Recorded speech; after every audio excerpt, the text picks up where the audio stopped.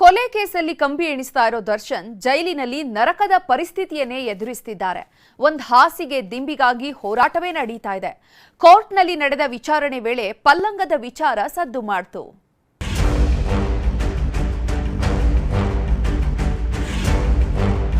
ಕಾಲಾಯ ತಸ್ಮೈ ನಮಃ ಅಂತಾರಲ್ಲ, ಈ ಮಾತು 100ಕ್ಕೆ 100 ಸತ್ಯ. ಕಾಲ ಅನ್ನೋದು ಎಂಥವರನ್ನು ಬಿಡದೆ ಪಾಠ ಕಲಿಸುತ್ತೆ. ಮೆರೆದಾಡಿದವರಿಗೂ ಉಳಿಗಾಲವಿಲ್ಲ. ನಾನೇ ಅಂದವರು ಕೂಡ ಬಹಳ ದಿನ ಉಳಿಯಲ್ಲ. ಇದಕ್ಕೆ ಬೆಸ್ಟ್ ಎಕ್ಸಾಂಪಲ್ ಅಂದ್ರೆ ಚಾಲೆಂಜಿಂಗ್ ಸ್ಟಾರ್ ದರ್ಶನ್. ಕೋಟಿ ಕೋಟಿ ಹಣ, ಸುಖದ ಸುಪ್ಪತ್ತಿಗೆಯ ವೈಭೋಗ, ಜೀವನದಲ್ಲಿ ಇಂಥದ್ದು ಇರಲಿಲ್ಲ ಅನ್ನೋದಿರಲಿಲ್ಲ. ಆದ್ರಿವತ್ತು ಪರಿಸ್ಥಿತಿ ಹೇಗಾಗಿದೆ ನೋಡಿ. ಒಂದೇ ಒಂದು ಹಾಸಿಗೆ ದಿಂಬಿಗೆ ಕಾಡಿ ಬೇಡ್ತಿದ್ದಾರೆ. ಮೆತ್ತನೆಯ ಹಾಸಿಗೆ ಸಿಗದೆ ಇದ್ರೂ ಪರವಾಗಿಲ್ಲ, ಕಣ್ತುಂಬ ನಿದ್ದೆ ಮಾಡೋಕಾದ್ರೂ ಬೇರೆ ಸೆಲ್ಗೆ ಶಿಫ್ಟ್ ಮಾಡಿ ಅಂತ ಕಣ್ಣೀರಿಡ್ತಿದ್ದಾರೆ.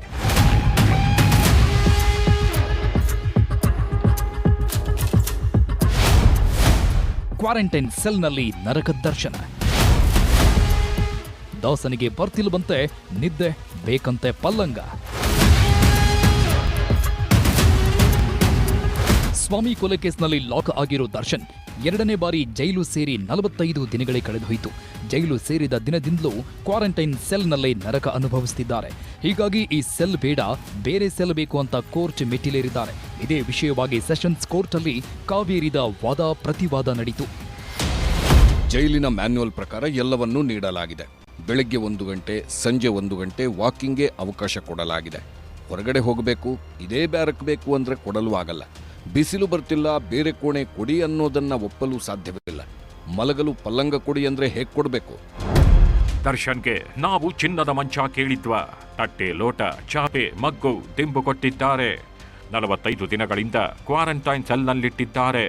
ಉಮೇಶ್ ರೆಡ್ಡಿಗೆ ಎಷ್ಟು ಸೌಲಭ್ಯ ನೀಡಿದ್ದಾರೆ ಗೊತ್ತಾ? ಕೋರ್ಟ್ ಆದೇಶದ ಬಳಿಕ ಕಂಬಳಿ ಕೊಟ್ಟಿದ್ದಾರೆ. ವಾಕಿಂಗ್ಗೆ ಅವಕಾಶವನ್ನೇ ಕೊಡ್ತಿಲ್ಲ. ದರ್ಶನ್ ಸೆಲೆಬ್ರಿಟಿ ಅಂತ ಹೀಗೆಲ್ಲ ಮಾಡಿದ್ರೆ ಹೇಗೆ? ಜೈಲಲ್ಲಿ ಯಾವುದಕ್ಕೆಲ್ಲ ಎಷ್ಟೆಷ್ಟು ಹಣ ತಗೋತಾರೆ ಗೊತ್ತಾ? ಯಾವ ವಿಐಪಿಗಳಿಗೂ ಇಲ್ಲದ ಸೆಕ್ಯೂರಿಟಿ. ದರ್ಶನ್ಗೆ ಮಾತ್ರ ಯಾಕೆ? ದರ್ಶನ್ನನ್ನು ಮುಖ್ಯ ಜೈಲಿಗೆ ಶಿಫ್ಟ್ ಮಾಡಲು ಇವರಿಗೆ ಭಯ. ಮುಖ್ಯ ಜೈಲಿಗೆ ದರ್ಶನ್ ಕಳಿಸಿದ್ರೆ ಸಿಬ್ಬಂದಿಯೇ ಕಂಟ್ರೋಲ್ ತಪ್ಪುವ ಭಯ ಆಗಿದೆ. ಕೋರ್ಟ್ ಎಲ್ಲವನ್ನೂ ಮಾನಿಟರ್ ಮಾಡುತ್ತಿದೆ. ಯಾರೆಲ್ಲ ಭೇಟಿಗೆ ಬಂದ್ರು ಅಂತ ಮಾಹಿತಿ ಬೇಕು. ಅದಕ್ಕೆ ಎಲ್ಲವನ್ನೂ ಲೆಕ್ಕ ಇಡಲಾಗ್ತಿದೆ. ನಾವು ಎಲ್ಲೂ ದರ್ಶನ್ ಸೆಲೆಬ್ರಿಟಿ ಅಂತ ಹೇಳಿಲ್ಲ. ದರ್ಶನ್ ಒಬ್ಬ ಕೊಲೆ ಆರೋಪಿ ಅಷ್ಟೇ. ನಾವ್ಯಾಕೆ ಸೆಲೆಬ್ರಿಟಿ ಅನ್ಬೇಕು? ಕ್ವಾರಂಟೈನ್ ವಾರ್ಡ್ ಕೂಡ ಜೈಲಿನ ಒಂದು ಭಾಗವೇ. ಸದ್ಯ ದರ್ಶನ್ನ ಶಿಫ್ಟ್ ಮಾಡಬೇಕಾದ ಅವಶ್ಯಕತೆ ಇಲ್ಲ. ಹೀಗೆ ಕೋರ್ಟಲ್ಲಿ ಕಾವೇರಿದ ವಾದ ಪ್ರತಿವಾದ ನಡೆಯಿತು. ಎರಡೂ ಕಡೆಯ ವಾದ ಆಲಿಸಿದ ನ್ಯಾಯಾಧೀಶರು ಅಕ್ಟೋಬರ್ 9ಕ್ಕೆ ಆದೇಶ ಕಾಯ್ದಿರಿಸಿದ್ದಾರೆ. ಜೈಲಲ್ಲಿ ಹಾಸಿಗೆ ದಿಂಬಿಗೆ ದರ್ಶನ್ ಗೋಳಾಟ.